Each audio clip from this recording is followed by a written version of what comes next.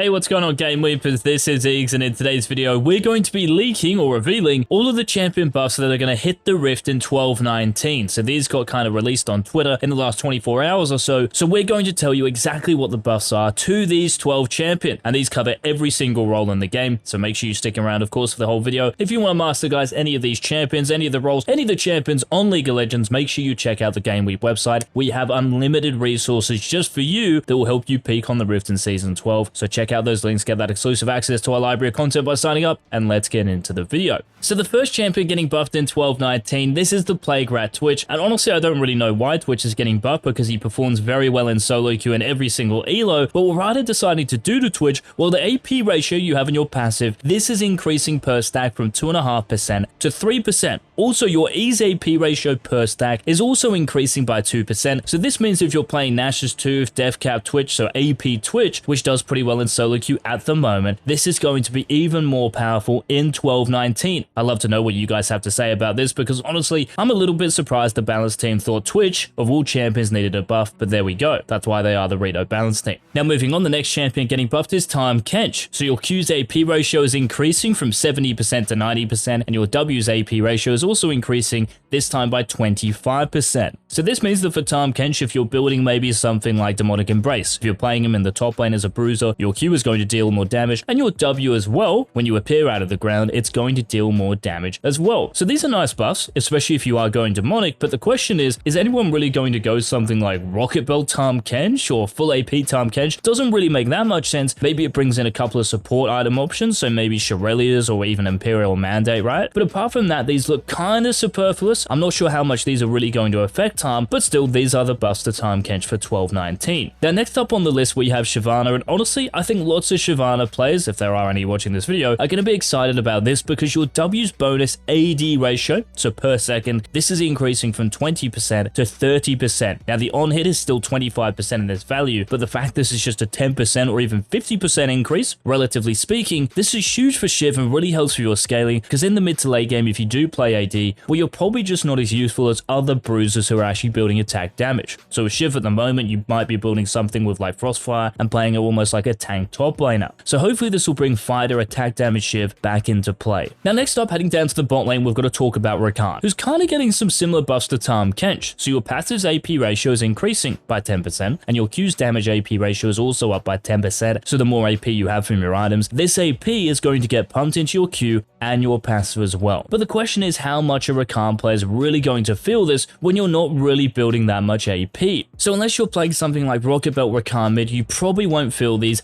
all that much. Even if you do go an item like Shirelia's, you're only getting 40 AP. So we'll have to wait and see, of course, how much these actually do. But Rakan, I guess we still have to classify these as buffs. Now moving on, one of the more interesting changes here, this is to Nunu. Well, it's not that interesting, but it could be the most impactful because your ultimate's damage, so the maximum AP ratio is increasing from 250% to 300%. So 300% of your ability power that you have is getting put into your absolute zero. So this means that more enemies in 12.19, if you can land a max channel ultimate, those champions, well, their HP bars are definitely going to go down to absolutely zero. So all of you Chad AP Nunu players out there who might be playing him even in the mid lane and starting snowball and ganking bot lane without even touching the mid wave, if you're playing him in the jungle full AP, this certainly enhances that build and encourages everyone else to do so. But will it actually be good in solo queue? I think it will be less impactful maybe in higher elos, but in lower elos, this should definitely be a lot of fun. Now moving on, Malphite, also getting buffed. So your W's cone AP ratio increasing by 10%, and your ultimate's AP ratio increasing by 10% as well. It just sounds like this video, everything is increasing by 10%, right? The AP ratios, and that is kind of the theme for these buffs, guys, for 12.19. This means for Malphite, so your W, the AP going up, and your ultimate, the AP going up. So just like Nunu, just like the other champions we've talked about, if you are building ability power, so you might be playing, I don't know, Malphite mid lane, you might be building Demonic Embrace, maybe if you're in the top lane, that AP you get means your abilities, so your W and your ultimate, are going to deal more damage. But to be honest, I really still think you should probably just be picking Malphite to counter all those attack damage champions the enemy team has. These buffs really shouldn't have that big of an impact on picking Rock Solid a little bit more based on what actually Malphite does as a champion anyway, but still if you are going AP Malphite, these buffs, especially the ultimate buff, should be music to your ears. Now moving on, another top lane AP champion, this is Kennen, who's also getting a buff, and it's almost like a quality of life buff, but it does sound nice. So your E, your Lightning Rush now allows you to exceed the attack speed cap while bonus attack speed is active. So after you've used your Lightning Rush, you gain 40% total attack speed for 4 seconds. So when you come out of your E, you can go back to actually just dealing as much damage as possible to the enemy champion. And because of the recent AP buffs to Kennen as well a few patches ago, this buff or quality of life buff is also going to help him out. So watch out for Kennen even more than you already are in 12-19. Now heading back down to the bot lane, Kai'Sa is getting buffed. So Kai'Sa is one of those champions who did get buffed recently, exactly like Kennen, and she's doing very well at the moment. So what on earth could the buff be? Well, your passive, the detonation, so when you have 4 stacks on a target and you next auto attack that target, the detonation AP ratio is increasing from 5% missing HP per 100 AP you have to 6%. So more damage in your passive based off your AP. This means when you're building something like Nash's Tooth, right, which is really what this is encouraging, and I went through one of Kai'Sa's AP builds, which you should definitely check out in our recent YouTube videos. So this is just encouraging maybe hybrid or even pure AP Kai'Sa, and your passive dealing more damage. Well, this is just great news to any Kai'Sa player because your passive is a massive part of your kit. So Kai'Sa mates, let me know in the comment section what you think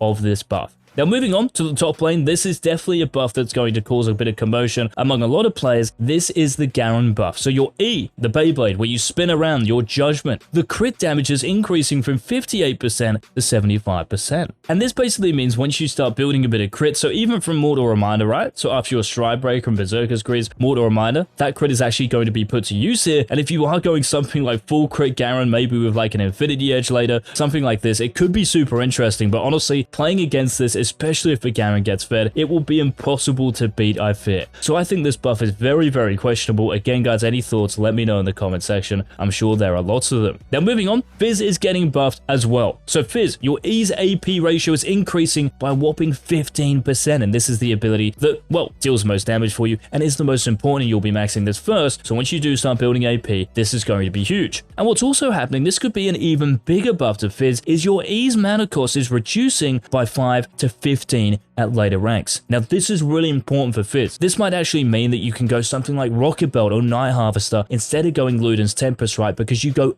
so quickly. So I don't know if this mana cost buff will actually persuade Fizz players to do that. So I don't actually know if that will be viable, but if you guys think it will be, again, let me know in the comments section, because that is really the big question I have from this. And no doubt lots of people are scared by this because Fizz is one of the best snowballing champions and scariest to play against if he does get going, a bit like Garen. Now moving back down to the bot lane, Blitzcrank is also getting buffed. So your base attack speed increasing, your attack speed ratio increasing, your W's attack speed is also increasing, but your W's mana cost is going down. But not only that, your W is now dealing 1% max HP magic damage on hit while it's active. And on top of all of these W changes, your E's mana cost is increasing to 15, but it now scales with 25% AP and is increased by 150% AD and 125% AP against non-champions. Now your ultimate's passive AP ratio is also increasing. Well, it's now scaling from 30% to 50%. So these are really big buffs to Blitzcrank. Even if it's not for support Blitzcrank, are we going to see lane Blitzcrank after all this time? Once again, we will have to wait and see, but these changes could be the most intriguing